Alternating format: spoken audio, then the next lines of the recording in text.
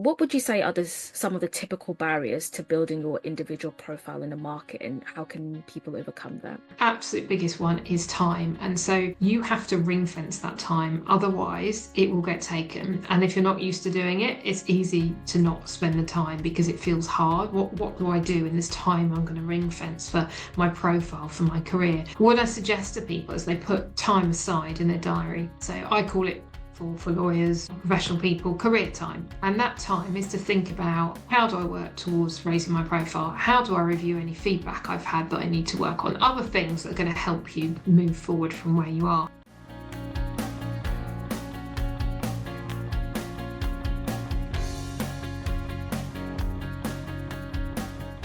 Welcome to the Legal Navigator Podcast. I'm your host, Rebecca from Law Training Centre. Today, I'm really pleased to be joined by our guest speaker, Joanna Gaudoin. Joanna is the Managing Director of Inside Out Image and the author of the best-selling book, Getting On, Making Work Work.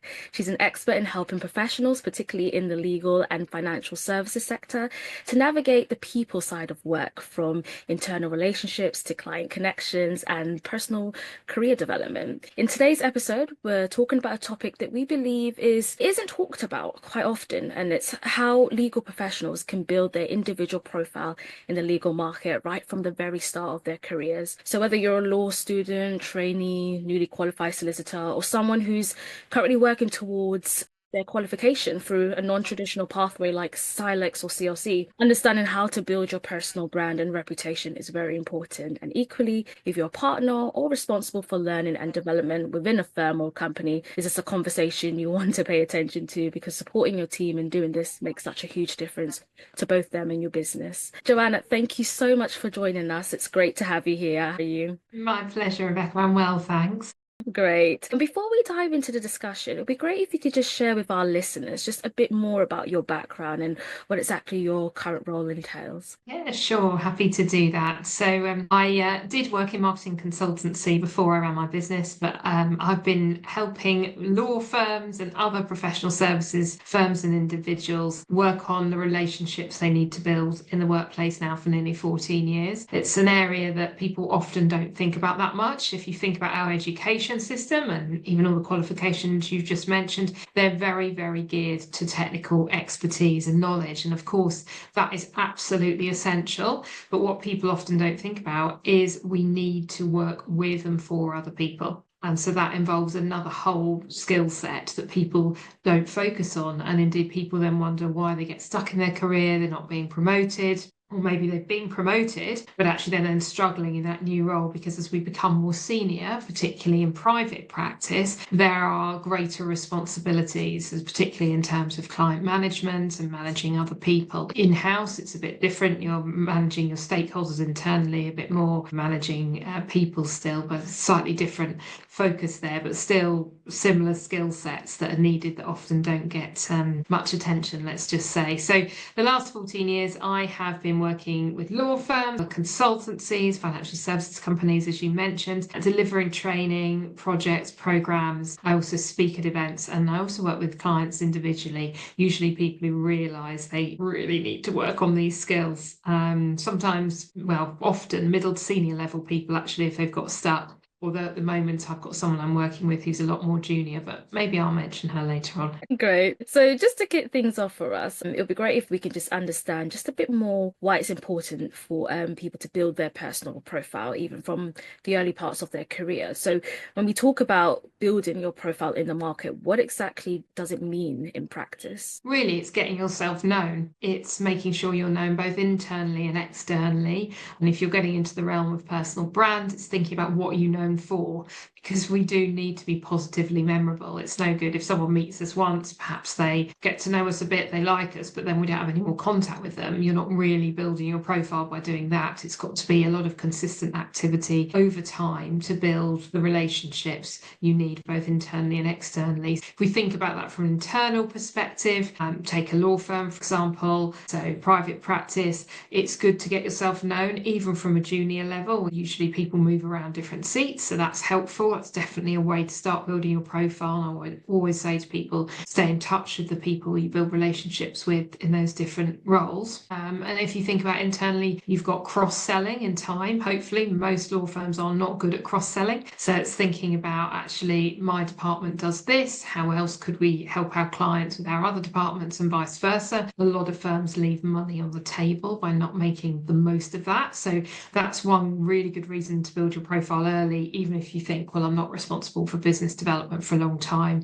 The earlier you start, the better, because the people you're junior with now become more senior with you. Also thinking internally, people make decisions about your career, and so getting yourself known, thinking about what you're known for. And then of course externally, potential clients, referrers, other business contacts, including other law firms. Lots of law firms pass work between them if there's a conflict or it's not their specialisms. Thinking about, how can I get out there? Who do I need to be known with, and how do I do that, and what am I going to be known for? So there's a BD perspective to that, but also an overall career impact as well, which is of course linked to BD, but also a separate piece as well. That's good. So now, a lot of people think that a firm's reputation speaks for itself, and I guess it's not always that simple, I can imagine. So in light of that, why do you think it's important, particularly if someone works for a well-known firm, to get their own personal brand rather than depending entirely on the firm's reputation? Because there are out there. So actually people might pick a firm, that can happen, but people do pick a lawyer. And that's why particularly more senior lawyers, when they move on, they'll be asked about their following. They'll be asked about the clients that would actually come with them if they moved. Of course, there are non-compete clauses and all that stuff. But it is people buy into people, not into a big name. They might start, if they don't know where to start finding a lawyer, by finding a big name that can help. But then if they don't engage, if the lawyer doesn't engage well with them, doesn't service them well, then they'll probably move on. People is how firms can differentiate themselves. That's really, really important. And there was a survey, I don't know if you know them, they do a survey most years looking at what's important for clients. The last one that I could lay my hands on, 2023, I think there was one last year as well, but that's only 2 years ago, found that service is one of the top 3 most important things for clients, 46%. Saying that's really essential. And that service comes from people.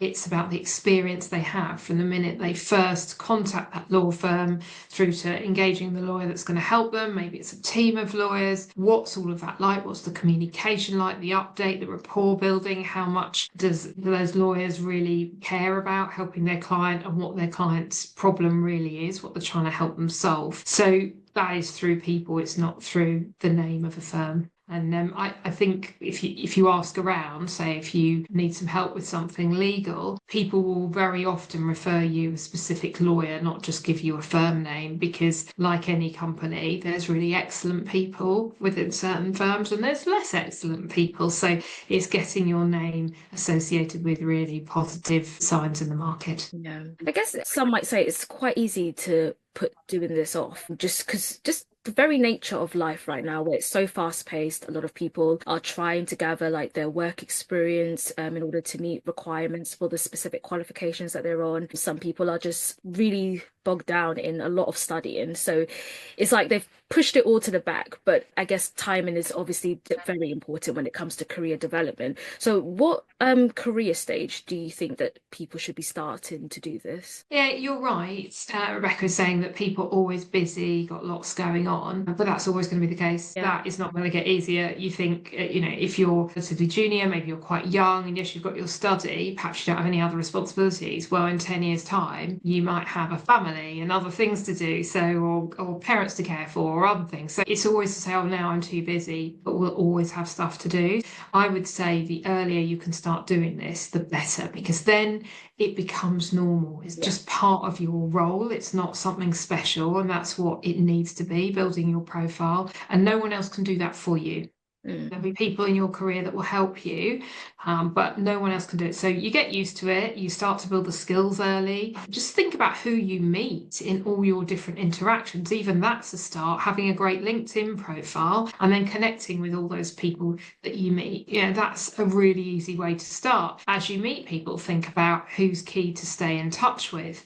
And remember what I said earlier about even junior people you meet, they will become more senior alongside you, whether that's in other law firms, your own law firm, or indeed potential clients, people in other firms, for instance, if you're or in a corporate commercial type of setting. So I would say start as soon as you can. There's some basics like I've just mentioned. Make sure your profile looks good on the law firm website that you're working for. Think about your LinkedIn profile, your visibility. People aren't very forward thinking with this, lawyers, dare I say, and they often leave it late and then it's hard. You can't establish all of this quickly. It takes time. And I mentioned my clients earlier. So usually, I think I said to you, middle to senior level people come to me when they realise, oh, I have to do BD. Oh, I want to put, and I haven't thought about it until that point.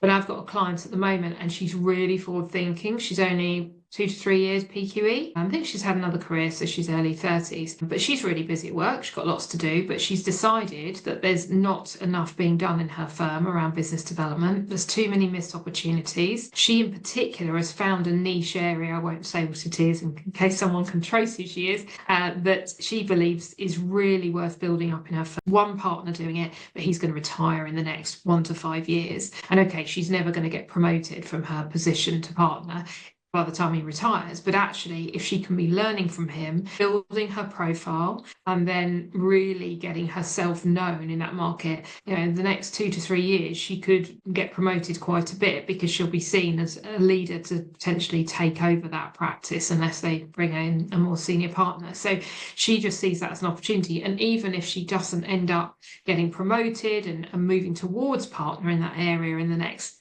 5, 10 years, whatever that might be, she's got a good chance of being able to move to another firm because she's built up a good profile and following. She's very forward thinking, very unusual, but she's really excellent and she's very passionate about this area. And yes, she's busy, but she's also really working with me on everything she needs to do, looking at the opportunities in the market. Who does she need to know to bring in the work that she really wants to be doing? So I think when you're particularly passionate about an area of law as well, it's thinking about how can you get your name known in that area, and is there a potentially really great niche for you there that you can work on and to bring you the work you want and to help you build the profile that you need for your career. Yeah, so we know that the building of the profile isn't just like a one-off task, it's an ongoing process, right? So how exactly do you build your profile ongoing? You're right, it's not one of those jobs that's done, you just tick it off a list. With the client I just mentioned, I've set out to her key foundations we need to do. So that's her, she's got an okay LinkedIn profile, but we need to work on that a lot more. We need to think about that firm profile. And then once you've got those well done, they're things that are they're foundational and they just need revisiting every quarter or something to make sure they're up to date. If you've got anything else you can be adding to those, and then thinking about who are the types of clients I think I might want to reach. And that's hard before you know which area of law you want to be in. I'd say you can only do that very definitely once you're in an area you want to stay in. But when you are, it's thinking about, well, what sort of work do I want to do, who are the clients who might refer those, and how do I find those people, which then leads you to drive out what are the activities I should be doing to help build my profile. So whether it's going to networking events, then very specific ones potentially to meet the types of people that you've defined that you need to meet. So for the moment though, if you're not in one area of law and you don't know what that area of law is going to be in the future yet, get to know people, connect with them on LinkedIn, have coffees with people, explore opportunities, learn from them. Know, like and trust are absolute key foundations of relationships. If you can build that with people, you might not even think there's a particular reason to stay in touch with someone, but I have got a core list of people that I stay in touch with over time for different reasons, and just think about how you might do that, manage that. And every day, what can you do to contribute to building your profile? Even going and doing a podcast, for instance, that's a very good thing to do, or writing articles in time. Yeah. Oh, that's really good. We do know, of course, things don't always go according to plan, and there can be obstacles along the way, whether you're struggling with your education or just general things that just happen in day-to-day life when you have a job. So, what would you say are some of the typical barriers to building your individual profile in the market, and how can people overcome that? No, it's a really good point, and it's a challenge I have as well, running a business. So I do have some support, but I'm broadly just me. I could shops, all those sorts of things. If I don't make time to stay in contact with people, to build my profile, to bring in new work, I might not have any work in 6 months. Hopefully not, because I'm quite well known in the marketplace. I've done the foundational stuff on my profile, but I have a similar challenge. And time is the biggest one. Absolute biggest one is time. And so you have to ring fence that time. Otherwise, it will get taken. And if you're not used to doing it, it's easy to not spend the time because it feels hard. What do I do in this time I'm going to ring fence for my profile, for my career? What I suggest to people is they put time aside in their diary. So I call it, for lawyers, professional people, career time. And that time is to think about, how do I work towards raising my profile? How do I review any feedback I've had that I need to work on? Other things that are going to help you move forward from where you are. Put that time in, a time when you think you'll have most energy for it. You won't be disturbed. So quite good is early morning if you're a morning person, late at night if you're a late night person, whatever that means. And then think about, what's my long list of things I want to work on. And before you sit down to that career time, actually know what it is you're going to spend time on.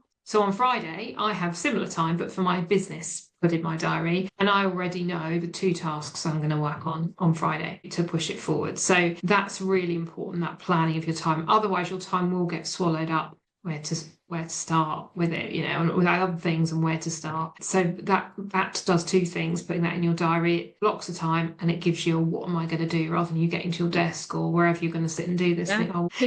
So it's thinking about as well, what support do you need? So the client I mentioned to you, she's decided she needs my support. She saw me speak somewhere and she's working with me. Is it you need to read some articles on certain topics? Is it you need to get an internal mentor? Think about what it is for you that's going to help you, and that accountability can be really helpful. So I know that's one of the roles, apart from expertise, I'm playing with my client, is she knows she has to, there's no point in her paying the money and turning up to see me and she's not done any of the stuff we talked about last time. That's a complete waste of time, and she's definitely not like that.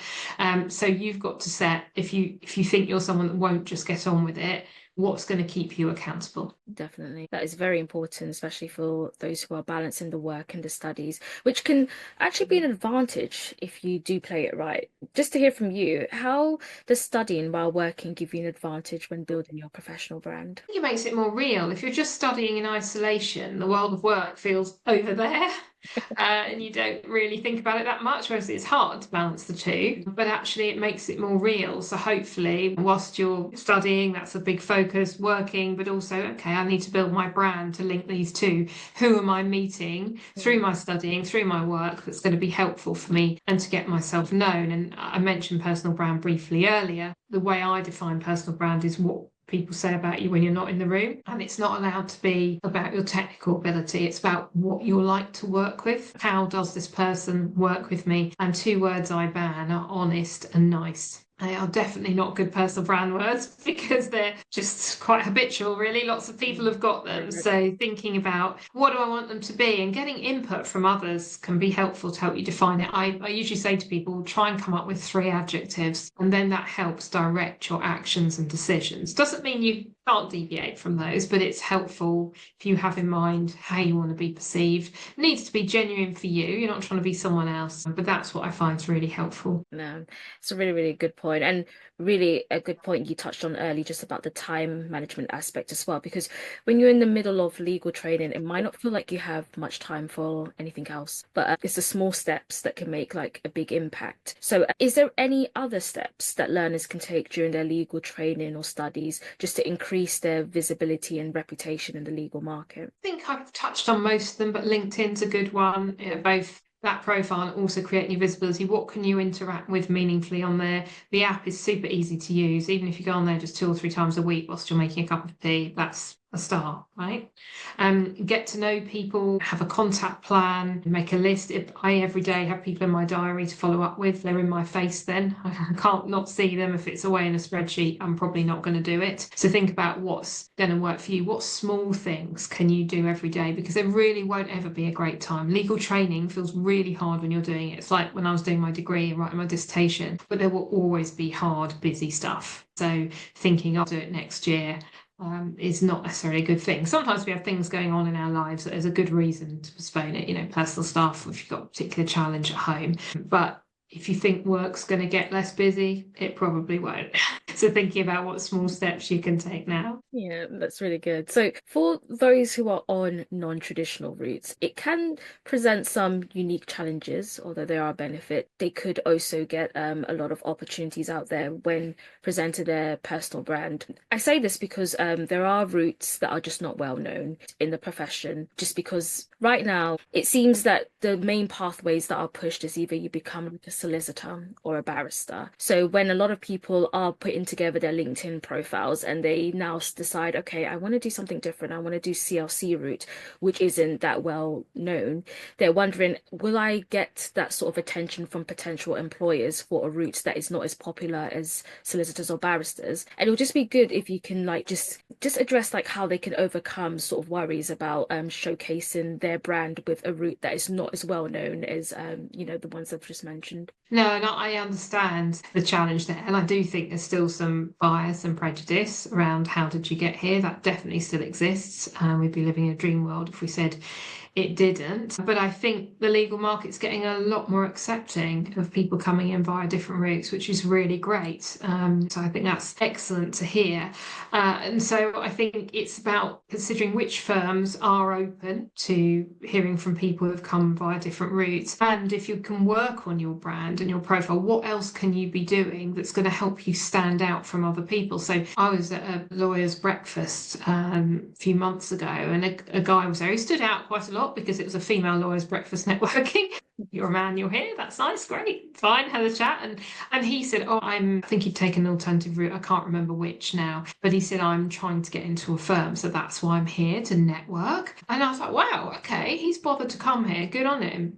So as a result, I then invited him to another lunch where there might be some people that could help him. I know another lady in the room did something to help him as well. So I think it's how can you stand out? He also said, I've been doing some free legal work. You can't just go doing legal work, obviously, because there's all the liabilities and everything. But he'd been doing something, I can't remember exactly what, but to up his legal experience in a way that was obviously fine and compliant. But that helped him really stand out as well. I thought that was really excellent. So think about how can you stand out? What can you be doing to progress yourself, even if you're not exactly where you'd like to be right now? It's really good. Are there any other practical ways that people who are currently in their training can showcase their skills and commitment to future employers? So it would just be good if you could just highlight any practical ways that they can showcase their skills and commitment for those future employers. Yeah, I think be on LinkedIn early. Have a great profile and be known to people before you're actually looking for a role. That's really important. There's something that's probably worth your listeners looking up is LinkedIn influencers in the legal market. A guy called Simon Marshall does this every quarter. And yes, these are very experienced lawyers, but he every quarter looks at what they've been doing on LinkedIn. And this is all profile building stuff. And it's a fascinating report. You can download it. So it's worth thinking about that. What can you do? It's not all about legal stuff if you're prepared to show other things you do. Maybe you do charity stuff. Think about what else you can show there, because again, it's about standing out and being different. And as you identified, Rebecca, LinkedIn is used a lot by employers now to find people, and it's push and pull. So it's making sure if someone has seen your CV or they've heard about you, they go on LinkedIn and all of that aligns with what else they've heard or seen. And then there's also people finding you in search, and there's quite a few criteria you need to tick the boxes of on LinkedIn to come up in searches more. So one of them is having over 500 connections. One of them is being active on the profile, good headline, and also your skills well highlighted on there. So there's a few of them. And just trying to stand out And it's absolutely fine to go a less traditional route. You just, with some firms, not all, might have to work a bit harder. But if you've got a profile, they can see you've got the attitude, you really want to grow, push on in this market, then that's a great opportunity. Thanks. So now just moving on from the building your personal profile, another key area to touch on is soft skills. So these are essential for anyone working in law as they can impact everything from client relationships to teamwork. So for those specifically responsible for managing and developing people, understanding why soft skills development from a junior level is so important is key. So at this part, we're just going to discuss what skills to focus on and how investing in these early on can really benefit both the individuals and also the firms or companies that they work for. So if you could just start by just breaking it down for us on what exactly do we mean when we talk about soft skills? These are all the non-technical skills. And if you think about someone like a lawyer, other professional advisors, their only job actually is to win and retain clients. You think about that. Without the clients, you've got no work, salaries can't be paid. And so what sits under that? Well, to win and retain clients, we need to be able to build rapport with people. We need people to know, like, and trust us. We need to deliver excellent work. So that's all the technical stuff I don't get involved in. We need to stay in touch with people over time. We need to deliver the service actually well. It's the how, not just the what. That's what people forget. You know, the firm down the road could probably do the same sort of contract that I've done, but actually, how does that client feel about me? Will they come back to me if they've got more work for me or another legal matter that I could pass on to someone else in my firm? Will they refer me to their friend? It's all those sorts of skills that we need. And in terms of the managing, developing people internally, if that's not done well, then all the rest will fall apart. Because people think, oh, we don't get on that well as a team, but the clients will never see that. Well, they will, because that blame will come through, that negative culture, that lack of motivation. People can't deliver great client service if they don't really believe in the place they work for, and that's driven by the culture and how they work with others. So managing and developing people is a really important skill, and people forget. They think, well, I should just be a good manager. Well, why should you? It's totally different from being a good lawyer. And so people get promoted to a position where they need to manage and develop people, and actually they have no idea. And why should they? Unless either they've had some training, they've had a brilliant manager themselves and have been able to take on those skills and apply them to the people they're managing, or they do have some innate ability. So those three things, really, you need to have at least one of those to have a hope of being a decent manager. And as a manager, you think you've got a lot of responsibility. If you've got a team of lawyers working under you and they're not motivated, they don't know what they're focused on, they don't work well together, that's a lot of low productivity going on. So it is an absolutely essential skill. So being emotionally intelligent, this gets talked about a lot. That's a massive driver of career success. So that's our ability to understand how we react to others, how we have emotional responses, how we manage those, as well as understanding other people's responses. So to think about, where's this other person coming from? How can I consider that a bit more? So if you take the example of managing and developing people, very few people think the same as us. So if you've got challenges with people in your team, it's having conversation with them. So, can I understand what's going on for you here if things aren't going well, for instance? It's making sure you've got a clear vision in the team and motivation. So really, really vital to think about those aspects. I've said a lot there. It's quite broad on soft skills, but it's such a broad topic. But if you think about coming back to the winning and retaining clients, if people aren't managed well, you won't do that well and you won't have a successful law firm. Yeah, I think you touched on that. It's very broad, and it can be a broad skill set to develop. But from your opinion, what would you say is the most essential soft skill that you would need to thrive in this industry? Emotional intelligence is a broad again. It starts with thinking about what am I like? How do I come across? How do people perceive me? It involves thinking about what motivates others, having empathy for others. Where are they coming from? Social skills. So there's lots within emotional intelligence, but listening is a really important skill. Yeah. If we don't listen to other people, then we can't understand them. And thinking about how our actions, they might make complete sense to us, but they might not make sense to someone else without the information and assumptions that we have. So I think starting with yourself and thinking about, how do I come across to others, both how do they react to me, how do they approach me proactively, what do I need to think about, and how can I understand people better around me. And it feels like a massive time waste to do that, but it's so worth it. I say to people that are coming into managing others, get to know your team, because if you invest that time up front, it'll be so worth it, because then you'll motivate them more, they'll feel understood, you'll be able to delegate more in the future, you'll trust your team. Well, there's just so many benefits, but a lot of people don't do that. So I think there's a couple of facets. I've not given you a simple answer there, but to think about those elements. That's really good. So, what happens if firms or individuals don't prioritize these skills? Like, what are the actual consequences of not focusing on them? I think as a firm, you end up with a negative culture. People don't relate well to one another, and that will have impacts internally and externally. People will leave. Retention's a big issue at the moment. It's hard to find good lawyers. I've actually heard a lot of firms say we've recruited people recently we wouldn't normally recruit because we just need to get work done. But there's a big impact internally. There was Roll on Friday. You have to take it with a pinch of salt, but they did a lot of surveys recently, and it was interesting looking at the scores firms got for things like how well they manage people and culture, and the ones at the bottom. And interestingly, a lot of the ones at the bottom were ones that do a lot of M&A. So they're always acquiring other firms, but they're not really thinking about the people aspect. It really showed to me that you need to think about people aspect. Otherwise, you're going to have very negative culture, and that will impact client work for sure. Yeah. Because that's very normal. At an individual level, I think we've got a lot of mental health issues now in legal and other sectors. And so at an individual level, this sort of negativity leads to stress, time off work, feeling we're not good enough. So it is really important side to think about. It's not a nice to have, it's an essential. And that the firms that are ahead will realise that for sure. Yeah. So, why is it especially important to encourage the development of these skills early on? So, what would be the benefit of focusing them at a junior level? It's easier when we're younger to learn new things.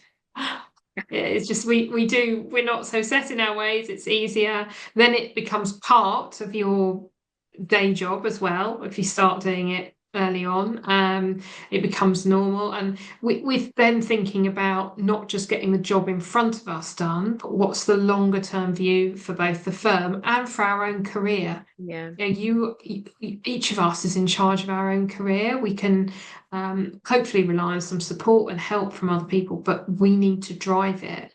And so if you don't think about it early, you could end up really stuck. So the earlier you start thinking about all of these skills, the more that will help you as an individual, your firm, and those two have a massive interplay between them. Yeah. Oh, good. So, in a practical sense, what can firms do to better support their junior staff when they are studying for, let's say, qualifications like CILEX or SQE or CLC? I think still invest in them. Mm. I know some firms are very negative about this. They'll only invest in more senior people once they've seen people that really have potential. They fear investing in junior people, oh, they'll just leave anyway. But actually, they might not. Yes, there is more of a culture now. People don't stay years and years at firms like they did 2 or 3 decades ago. But actually, if people do feel happy, invested in, they are more likely to stay. So I think important to see these upcoming lawyers as they need to be more rounded people. And yes, they need to have all that legal knowledge and expertise. That's absolutely core and foundational. But if you really want to realise the benefits for your firm, you need to give them some training and development, and whether that's from experts like me or using internal resource for some things as well, that can really help. If you've got partner in your firm, for instance, who's particularly good at client relationship development, they could come and give a talk and give some examples of how valuable that is. So thinking about what's the resource you've got and how can you invest in your people in that way. Yeah. So like we touched on earlier, that it can be quite challenging to balance work and study, building profiles, and all the other joys of life. But why would you think it's important for firms to support their teams in doing all three effectively, getting the soft skills, working, and obviously studying at the same time? Why is it important for firms to support their teams through that? Well, if you don't a junior level, when are you going to start doing it? Mm. So getting people using those skills as early as possible. Even once someone's a junior lawyer, yes, they might not, depending on what area of law they're in, have loads of client contact. But if they're minded in the way to think about what are we delivering for clients, how do I need to work effectively for my team, you're going to end up with much better outcomes and delivery than if you don't develop people in that way. So I think ring fencing time, looking at, if you're a law firm with people still doing a lot of training, well, how many hours a week are they studying? How many hours are they away actually in training sessions in terms of technical expertise? Okay, so what does that mean for on a monthly basis of other training that we need to support them with, whether that's through, as I said, trainers like me or internal trainers, or when working with their line manager. And I think even when people are quite junior, the minute they've taken even a mini step up and there's someone more junior than them, helping them to think about, well, how can they have some responsibility for that person and support them, because it gets people used to doing that managing, developing in even a soft way early on. So in today's current climate, a lot of junior professionals are studying remotely online. And a common thing that we hear when we speak to employers is that they're not quite sure if these students are getting all the sort of soft skills from just studying remotely, because there may be limited interaction to real